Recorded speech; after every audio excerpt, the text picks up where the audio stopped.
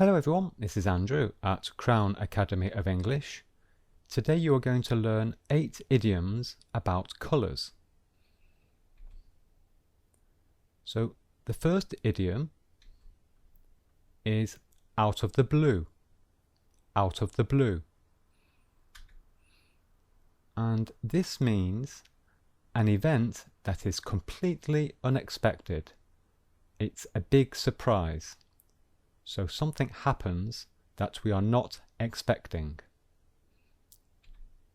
Example: Mark quit smoking out of the blue. So suddenly, one day, Mark decided to quit smoking. But it was unexpected. Nobody was expecting him to quit smoking. It was a surprise. Jane says, "Where did David go?"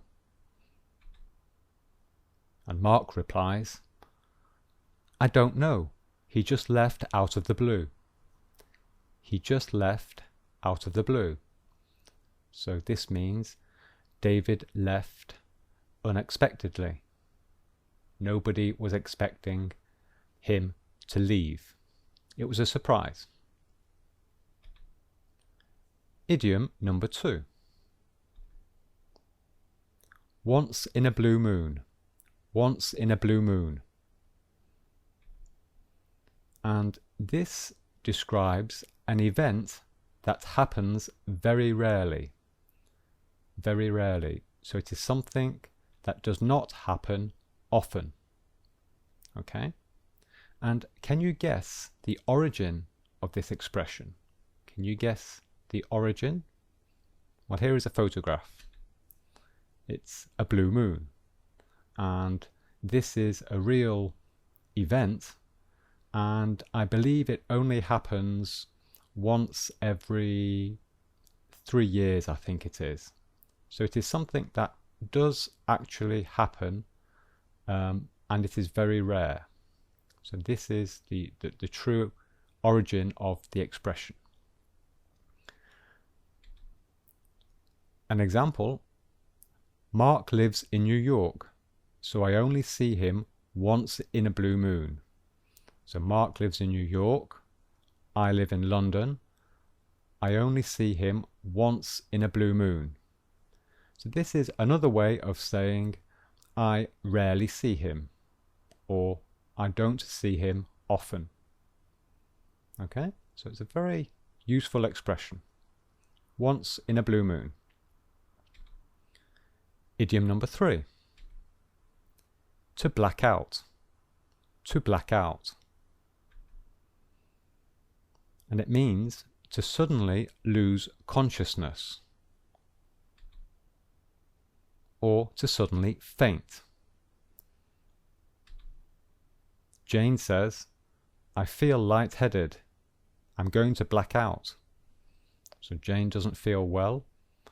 She's feeling dizzy, lightheaded, and so she says, "I'm going to black out." The doctor says, "What happened?" And David replies, "He drank 5 glasses of whiskey and then he blacked out." So this poor man, he drank too much alcohol, 5 glasses of whiskey, and then he blacked out. So then he lost consciousness. Okay, so blackout, very useful expression. Idiom 4. A grey area. And this is a situation that is not clear, or a situation where the rules are not well defined. So it's ambiguous. Nobody is very sure of the situation. Example: the student asks, "Sir, are students allowed to bring mobile phones into the classroom?" The teacher replies, "Well, it's a grey area. It depends on the reasons." So the teacher is saying, well, in fact, I don't know, because the rules are not very clear. The situation is not clear. The rules are not well defined. It depends on the reasons. Notice the form of the expression depends. In English, we say depends on something. We don't say depends of something, like in other European languages. Depends on something. Idiom number 5. A white lie. A white lie. And this is a small lie, usually to be polite. So it is when we do not tell the truth about something. But it is not very important. It's not a serious lie. It's a small one. Mark asks, "Do you like my new shirt and hat?" And he's asking this question to Jane. And in reality, Jane does not like his shirt and hat. But she doesn't want to offend Mark. She doesn't want to insult him.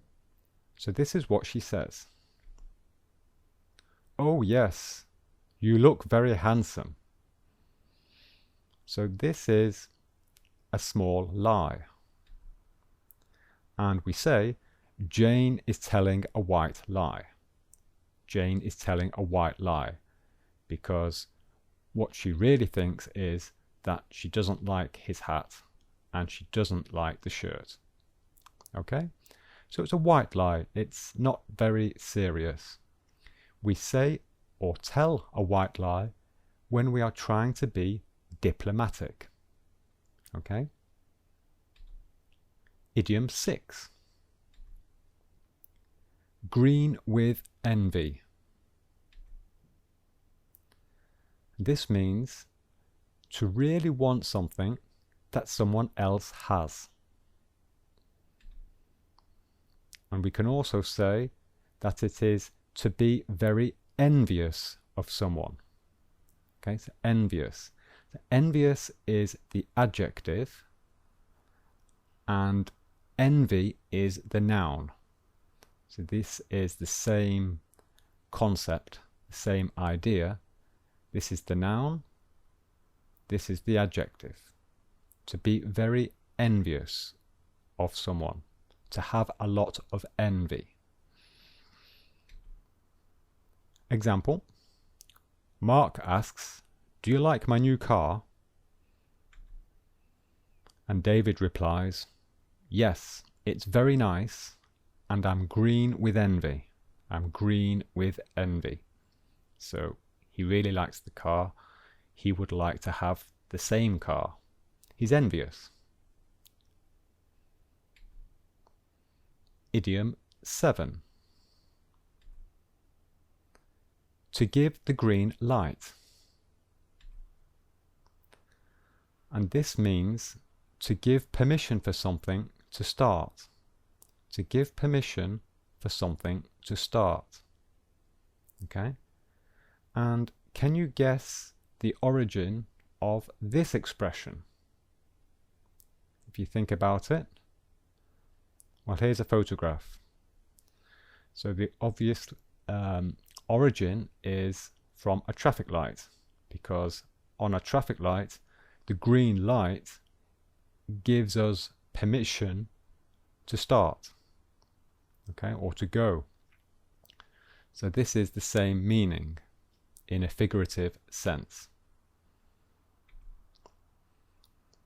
Only the CEO can give the green light to start recruitment. Only the CEO can give the green light to start recruitment. So only the CEO is authorized to allow the start of recruitment, to give permission. The government has given the green light for the new hospital. So the government has said, yes, okay, the building for the new hospital can start. And here we have a photograph of a building site. Okay. Idiom 8. Green fingers. To have green fingers. And this is to describe someone who is good at gardening. So somebody with green fingers, it means that they are very good at gardening, growing flowers and plants and vegetables. This is the British English version of the idiom. And this is the American English version, to have a green thumb. This one is in the singular. So the American English, someone with a green thumb is good at gardening. Example. So Mark is British and he says, "Your garden is beautiful. You really have green fingers." This is the British version, British English version. Jane is American. So she says, "Your garden is beautiful. You really have a green thumb." Okay, so it's two different versions of the same expression with the same meaning. So somebody who is good at gardening. Okay, so that's the end of the lesson. Crown Academy of English provides online lessons with a native English teacher through one of our partners. So to have more information, you can click on the screen.